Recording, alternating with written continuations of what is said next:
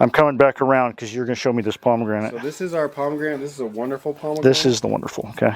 And I don't know, did we give you a wonderful pomegranate? No. Well, you might be going home with one today. We planted some from seed. From this a couple years ago. And anyways, very cool tree. I mean, the wonderful.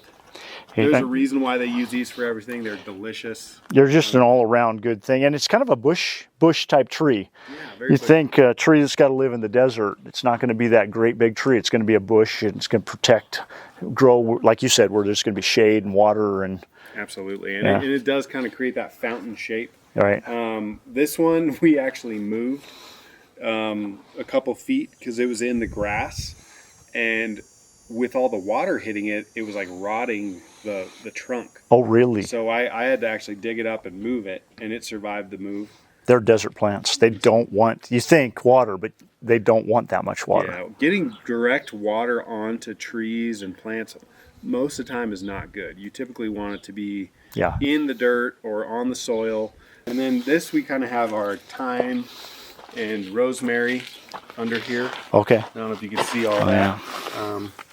And so that does really well underneath with a little bit of shade. Yeah, and just continue to have example after example of using the rocks and the trees to shelter. But again, you're in the desert. You're using all those strategies that would happen to get your garden to grow. Absolutely. In this case, your herb garden, right? Yep. So this is kind of our herb garden. Yeah. And then this is another peach tree. So this one's pretty happy.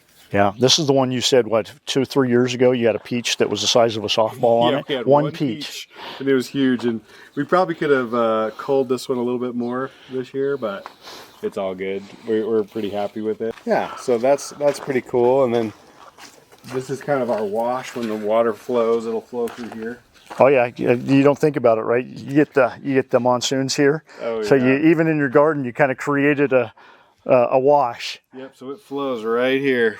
And it flows like right through the chicken coop? It flows through the chicken coop and out the other side. Over the other side of the hill. Yep. Yeah, that's so awesome. And you've even dug it out a little bit. Make sure you want the water. You give it a place to go. Absolutely. I'm going to get up here in the shade. It's instant.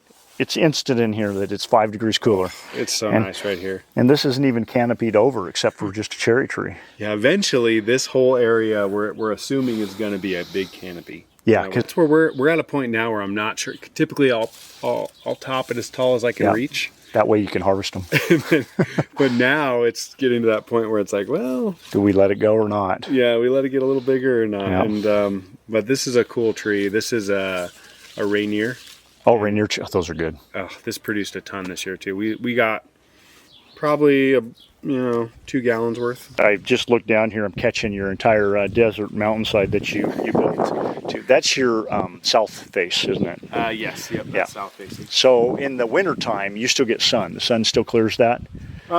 We get a little bit. So it'll actually fall behind this mountain a little bit. Okay. So it's weird the way these mountains are set up. We're actually on the side that's best for vegetation. If you look at the other side of the mountain, because we're kind of in a bunch of drainages. You're on the north face. Yeah, we're on the north face. So this is actually where the most good soil is. Yep. And you're going to be a little cooler in the summer too. Your north face typically is a little cooler. A little bit. Yeah. A little bit cooler, and but we don't get as much sun in the winter. So right. Okay. You trade off. You got to trade off. A bit of a trade off. Okay.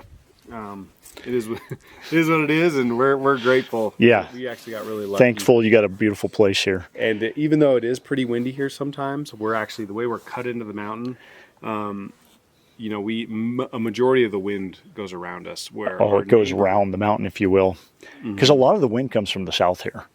Yeah, it does, southwest, and so you'd be coming right. Yeah, it's going to almost teardrop, if you will, around you. It does. Yep. Okay. Where our neighbor across the street or across the canyon from us, his house, it just gets whipped, huh? Beat. Yeah, he just gets beat with wind. Well, let's check out your pear and apple trees here. All right. Because I don't think of apples in the desert. Yeah. This is, as you can see, this thing is pretty covered in apples. We pruned this one. You and I pruned it, not this winter, but last winter. We did. And you got a great shape. You've kept it low again. But it is loaded. What kind of apple? This is a Golden Delicious. Golden Delicious. And so these will probably, I don't know, maybe a month or two will be ready. But they're pretty big. Yeah, they're pretty good size already. That's nice. It looks like, I mean, it's not, this one looks manageable.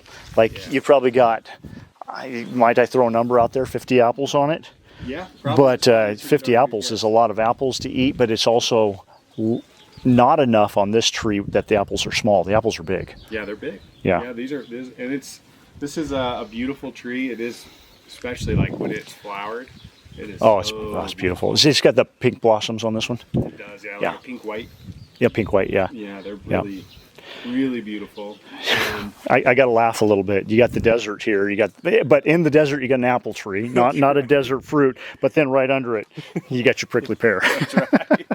And the prickly pear's got fruit. Do you harvest the prickly pear at all? You know, this one was a gift, and it's kind of outgrown its pot, and we just don't have anywhere to put it right now. Because as soon as we put this thing in the ground, it's going to explode. Oh, yeah. That I can get away with. What kind of pear you got here? Okay, so this is a Blake's Pride. Blake Pride? Huh. Not heard of that one. Which is probably related to a Bartlett. Yeah. Oh, it looks like a pear, right? Yeah. These are really good. The good one? It's kind of your standard pear. Okay. And there's actually quite a few on here. Yeah, it looks like it's a good harvest. So this actually, Roger has a nectarine that came from us. That he grafted to one of his trees. Yep. I grafted it to my pyramid nectarine. Oh. Okay. So it's the other side of my pyramid nectarine now. Oh, that's funny. Yep. And so it lived right here. And it just got humongous. Fast. Fast. It's very prolific. But we couldn't get it to produce right because it wanted to produce really early. And we have we're a little higher in elevation. And so it freezes kind of late here. So we ended up just cutting it down and pulling it. Yeah. But it lives on with Roger. It's just too early for up here. So it was one of those ones again where we're like, well, cut our losses and plant something that'll work up here. Yeah. It's hard to plant or cut out down a tree that's got a 6 or 8 inch trunk, isn't it? It was a big tree. Yeah. It was a big tree. But you're right. I mean, if you don't do it, and you're never getting fruit off of it. Yeah. Yeah. And we didn't necessarily need a shade tree, so we planted this. This is a pink lady. This is 100th century pear. These are kind of a delicacy. 100th century pear. 100th century. Okay.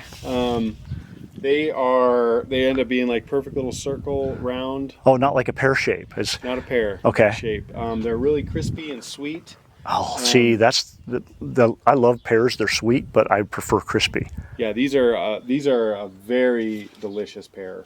Okay. A lot used for cooking and different things. Eating them, just sliced up is the best way. But this is a great tree. Yeah, it looks healthy too. Like it is shooting up some leaders. And this would be a great one to graft if you wanted to graft one of these. Oh yeah. This is such a delicious pear. Maybe this winter I can save me a scion and we'll cut it and I can take it back. You can take as many of these as you want. And yeah. You might be able to do 3 or 4. And yeah, right. Take off. Back to the what did you say? Golden Delicious, and then what? Golden Delicious. This is a Honeycrisp. Honeycrisp. And so this one, it's kind of been an oddball tree as far as the way it grows, and so I've been trying to slowly get it to make the shape we want. Mm-hmm. But it actually is producing quite a bit this year. So it looks good. This is Lily the here, true star of the garden. Lily. She's typically not allowed in the garden because she's quite destructive.